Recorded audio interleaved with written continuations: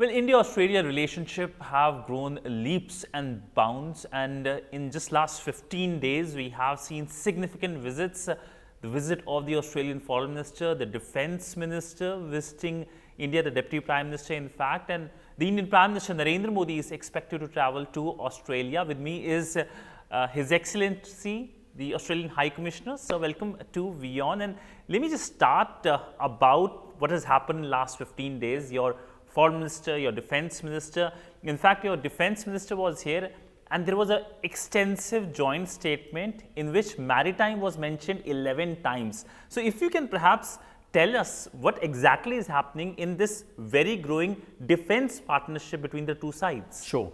So great to be with you, Siddharth, and you're right, it's a very buoyant moment in our bilateral relationship, and I was delighted to have our Foreign Minister and our Deputy Prime Minister here in the last 10 days, and their discussions with their counterparts were really about as collegial and constructive as you could possibly imagine. You know, we have a bilateral relationship which is going ahead very fast, and it's a question of how much we can harvest at this important moment.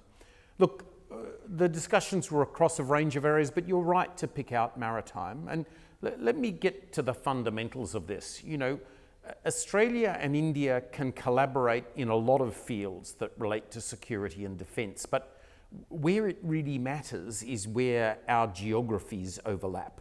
And if you think of Australia's position on the map and India's, it's in this area in the Indian Ocean, the Northeast Indian Ocean, which is between us. Big spaces of water, neither of us can truly understand what's going on alone. It's important that we do this in partnership. And our ambition to have a maritime domain collaboration roadmap is precisely in order that we become more partnerly and we work more together in that very important domain. Mm-hmm. Are we looking at perhaps overarching defence agreement in many ways, because we have seen substantive conversation, especially when it comes to cooperation in the Indian Ocean? Yeah, you're right. I mean, the time has come for that. Our last major statement on defence cooperation was way back in 2009. A huge amount has happened since then, and so it's right that leaders have challenged us to identify what our new level of defence collaboration looks like, and so we are shooting towards a new and higher level joint declaration. That will be a signal to our peoples and to our systems about how important our defence and security collaboration is going forward. We're already at a high rate, but you know, when I speak to my ministers and when I hear them interact with their Indian counterparts, they're clearly ambitious for more, and I think we'll be able to signal the need for that ambition very shortly. Mm. What can Australia offer in terms of defence industry to India? So I think it's fair to say that it's fields other than defence industry where our partnership has been the strongest. We do an awful lot together in terms of joint strategy. As I said, the maritime domain is going to be very important. We've done quite a lot together in terms of exercising, and also in terms of joint training. We haven't written yet enough on the page of defence industry, and that's sort of understandable. Australia has looked for its defence partners to the United States and to the major economies of the G7 in the past. And India, I think, has also been looking in different directions. But you know, as we deepen our partnership, and even though I'm not sure that we'll always ever be in the top tier of India's defence industry partners, we want to do more. That's why we've done roundtables on defence capability. That's why we brought an Australian delegation of defence companies here to India last year. That's why at the Raisina Dialogue we had a conversation around strategic tech and defence tech. So we're up for this conversation, and I think there are some areas where we can do a lot. But you're right, that is not yet fully mature. Mm-hmm. You said that Australia wants to do more with India. What are the tech capabilities of Australia that should interest India, or something that you want to talk about? So I think the fields where we have expertise tend to be niche, high-end fields. We're not a major producer, but we do have very unique capabilities in the field of drones and sensors, including in the underwater space. And when I look at what we have and what India has, there's a sort of natural complementarity. You know, we have innovation and cutting-edge capability, and India has scale and global reach and an ability to manufacture at rates that aren't really possible for Australia. So, you know, I think there is the basis for partnership, but trying to work out exactly where we go on that is something that we're figuring for the next phase. Mm-hmm. We had 2 high-level visits, and now the Indian side is also expected. The Indian Prime Minister is expected to travel to your country. It has been announced as well. I think it's the best kept secret, which is out now everywhere. What is it like to be in terms of strengthening the relationship, how this visit will firm up the relationship? What are the outcomes as well? I know it's still far, a month is still there, but what do you expect from the visit? I think, well, first thing we expect is that Prime Minister Modi will be very warmly greeted by the whole Australian population, but not least by the now more than 1 million people of Indian origin who make Australia home. They've greeted him very warmly in the past, and this will be another opportunity to show that that community has grown, has matured, is deeply engaged in Australia, is making a big contribution to our society, but we'll welcome him.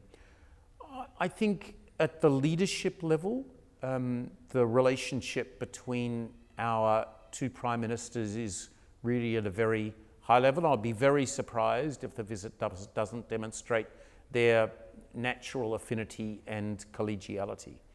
And then, you know, what we are trying to do in supporting them is deliver new landmarks in our bilateral relationship that demonstrate how far we've come and what the next phase looks like.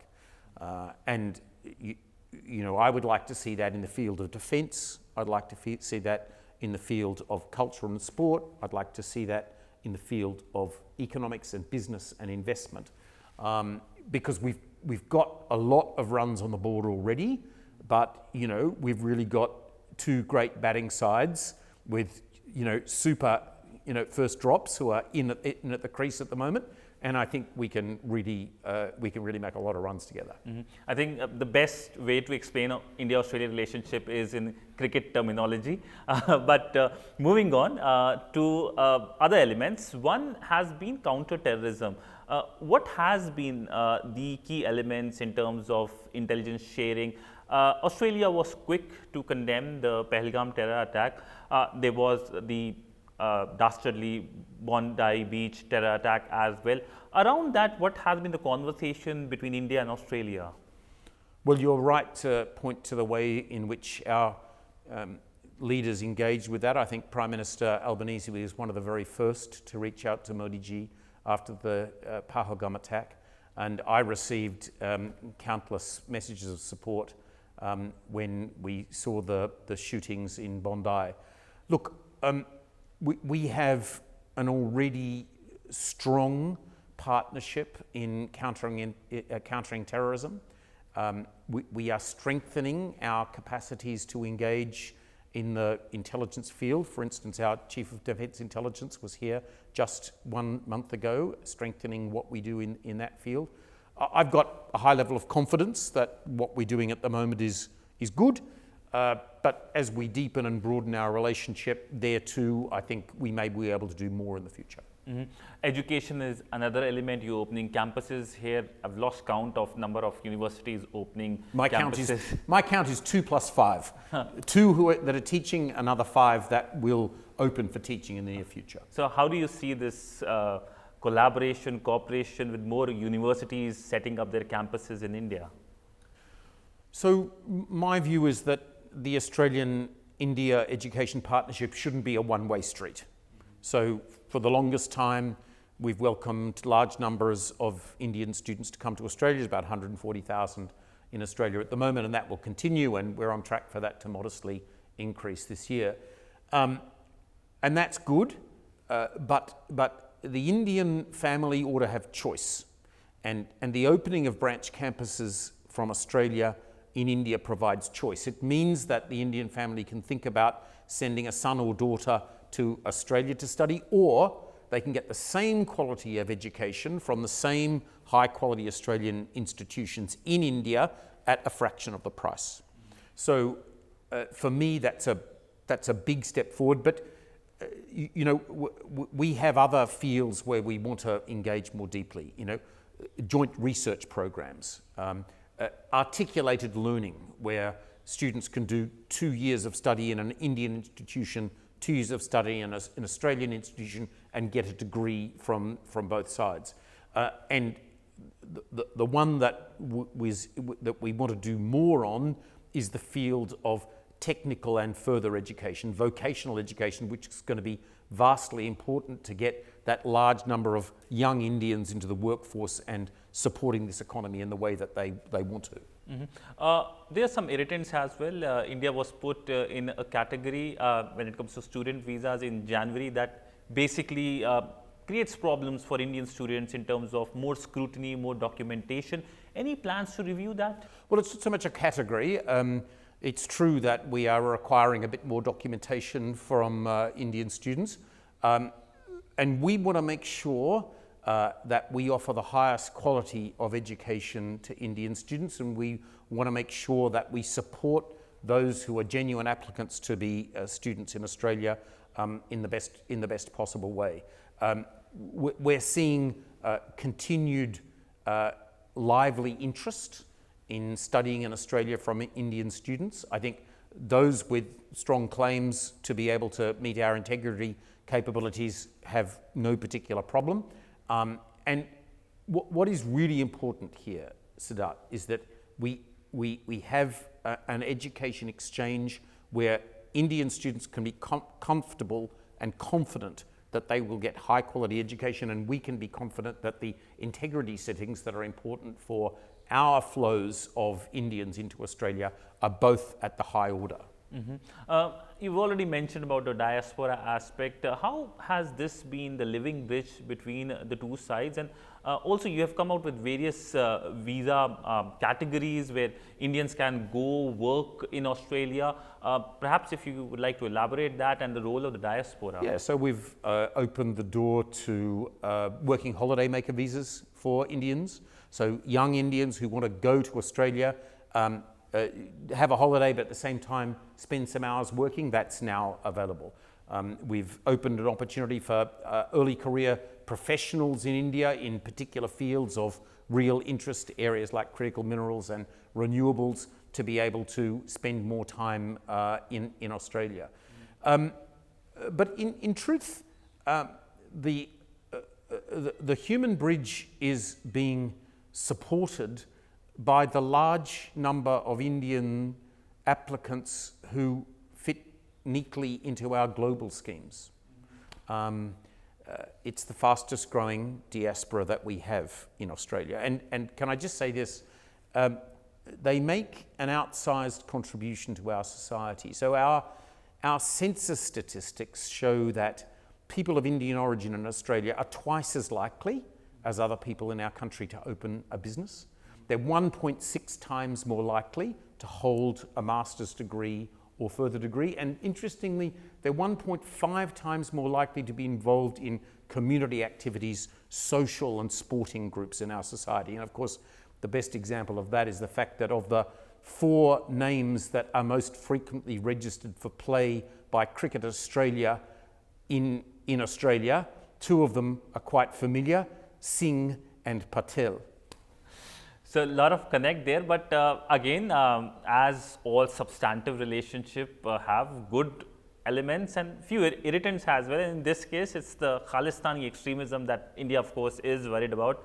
There are shades of it in various countries as well. But how is Australia making sure that India's concerns on Khalistan are being taken care of? Well, the first thing, Australia strongly supports India's territorial integrity and sovereignty. And there is no support for the Khalistan movement broadly in Australia. Secondly, it is part of our lively democracy that people in our society, including people who are visitors to our society and people who have come more recently, are entitled to engage in peaceful protest. But the emphasis there is on peaceful. What we are very careful to ensure is that Indian properties, especially high commissions and consuls, consulates general, and the people who work in them are safe and secure, and our security authorities have worked very closely with Indian authorities to make sure that has always been the case. Moving on to the trade aspect, and trade is something that is part of conversation, every diplomatic conversation. It's been 3.5 years since ECTA agreement came into force. Since then, how much has there been progress in terms of the trading relationship and the wider, larger trade agreement? Are there negotiations happening? Where do the negotiations stand, and do you have a deadline? So let me answer the second bit of that first. So there certainly are negotiations going on, very lively at the moment, and our teams are in close touch. We're not putting a deadline on this. You know, we want a good deal, not a quick deal. And the reality is that the first phase of our free trade agreement, what we call ECTA, harvested much of what our industries needed. Second phase, understandably, a bit more complicated. But let me talk about the first phase, because this is really special. As you say, that's been in force now for nearly 4 years. Just think about this. Over the last 5 years, India's exports to the world have grown by 40%. That sounds pretty good, right? But over the past 5 years, India's exports to Australia have grown by 200%. So India's exports to Australia are growing 5 times faster than India's exports to the rest of the world. And that reflects 3 things.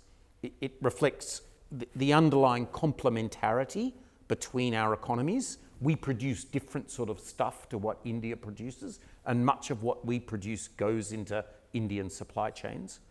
The second thing is the huge amount of effort that my government has put into bringing the India opportunity to the attention of Australian businesses. We have spent something like 200 million Australian dollars over the past 4 years in upgrading our economic relationship. And the third thing is ECTA, which has reduced a very large number of the tariffs, and that's why you're seeing this escalation of Indian exports to Australia. And indeed, I could give you different statistics about how much Australia is betting for this. It truly is a win-win. A win-win. Let's move to the multilateral aspect, and recalling the foreign minister's visit, because foreign minister was here for the Quad foreign ministers meeting. Now, the Quad had a lot of outcomes this time around in terms of the maritime initiative, in terms of the energy initiative. The details remain little hazy. Any details as to what next when it comes to the energy aspect and the maritime surveillance aspect? So the maritime surveillance initiative is a very important one. What we've done is bring India into what was a tripartite maritime surveillance engagement between Australia, Japan and the United States. And the ambition there is to deliver more information about what is going on in our region, not only to each other, but to our regional partners. So we're about the business of supplying strategic, valuable activity and information to our partners in our region. And that area will focus, that new initiative will focus first on the Indian Ocean. Look, I think the other one that I really want to draw to your attention is, we've had seminars and discussions before about infrastructure, and there was the Ports of the Future initiative, which was held right here in India last year. But on this occasion, the Quad foreign ministers have identified a particular port in Fiji as an area where we want to focus our attention and ensure that we actually deliver something important to a member of the Pacific family, which is vitally important to us. And I think that gives you a sense of the highly practical character of the Quad's work in this season. But Quad has few questions as well. There are many who think that Quad is heading towards a dead end. Do you believe so? I really think the Quad is alive and kicking. And we saw that, I mean, I saw that personally because I was part of the discussions, and the level of collegiality between the four foreign ministers is really, really very strong. It's of course the third foreign ministers meeting that we've had of the Quad in the last 18 months, and Marco Rubio, US Secretary of State, vitally important of all this. He will say all the time that the very first meeting he took as Secretary of State was to convene the Quad at foreign ministers level. That level of commitment is shared by my foreign minister, and I'm very confident shared by Dr. Jaishankar and Minister Motegi from Japan. So I think the future looks very bright for the Quad. Mm-hmm. Looks bright, and it had 3 meetings in 18 months, but no summit yet. And there are questions that why hasn't the summit been convened so far? I can understand that 4 leaders and 4 top leaders, their schedules can be really tough to come across. But when do you think that the summit will happen? Will it happen this year? Because it looks very highly unlikely so far. Nice try, Siddhant, but I think you know the way this works. I'm not about telegraphing when our leaders will meet. They will make the decision on that. They'll announce it. But I do think the key point to see here is how much progress we've made in the Quad over the last 18 months, how much refinement and focus of the agenda, and now getting to announcements which will show things that will benefit directly the countries of the Indo-Pacific that this is all about. Mm-hmm. When the foreign minister came, she had an extensive conversation with the Indian External Affairs Minister. West Asia crisis, I'm pretty sure, must have come in the conversation. How do India and Australia are working together? Because the biggest impact of West Asia crisis is the high prices of the fuel. And this is something that is, I mean, you look at the Australian newspapers, you look at the Indian newspapers, it's the same story. That's right. I think we're all experiencing much the same, increasing prices and focus on making sure that there are enough deliveries to meet the needs of our people. When I listen to what our foreign ministers say about the West Asia crisis, I hear many of the same words. A desire for de-escalation, an ambition that the ceasefire becomes permanent, that the Strait of Hormuz is open and free to maritime traffic at the earliest possible point. And equally, I see our ministers talking about how we are each securing enough fuel at a reasonable price for the people that they serve, and that's a strong shared interest. Mm-hmm. In fact, energy is something that is a part of the conversation as part of the West Asia crisis. How are both countries having conversation on renewables? Because you have a major leeway in terms of renewables. Also, when it comes to the foreign minister's conversation, I heard the Indian External Affairs Minister talking about getting uranium from Australia. So what is the conversation around energy, renewables, uranium? Well, can I just come to the energy piece first, because I'm glad you mentioned that. I mean, we each benefit from flows of energy. Australia's been a long-term supplier of coal to this country. There have been deliveries of LNG from Australia to India. Australia purchases a proportion of its refined fuel from India. And of course, we're all talking about diversification at the moment, and we all can see that between Australia and India, there are not strategic choke points. So I think that means that we're each thinking about how we can engage with each other more on the energy story. In terms of renewables, so what we have done following the last annual leaders meeting between our leaders was establish a training institute in Gujarat for people who install and all the technologies involved in rooftop solar. So the reason why we did that was that we heard Prime Minister Modi's call for 10 million solar rooftops in this country, and my country happens to be the country in the world with the largest per capita deployment of solar rooftops in the world. So we thought, how can we make a contribution to this? And we saw training as a way we can do that. And that solar training institute is now ready to take its first students. We're very proud of that. But one other thing I really want to mention to you is what we call the tech commercialization challenge. For the longest time, Australia and India have been exchanging technical capability in issues around renewables. But we've flipped this and we've said, let us use that to the specific benefit of industry. So what we are doing under our tech commercialization challenge is asking Indian industries that are trying to do greener steel or trying to develop cheaper EVs or trying to develop better solar panels, and ask them what are their problem statements that Australian science might be able to help with. And we are then giving those problem statements to Australian scientific and business organisations and seeing what the match is, and we're finding great matches between which will allow Australian technologies to be deployed in India for a greener future. My last question on the Pacific, while there are the Indian side and Australian side working in the Indian Ocean, the Indian side is reaching out to the Pacific. There's a forum as well, the India-Pacific Forum, where India and the Pacific leaders meet almost sometimes annually, sometimes biannually. How do you see India's forays in the Pacific?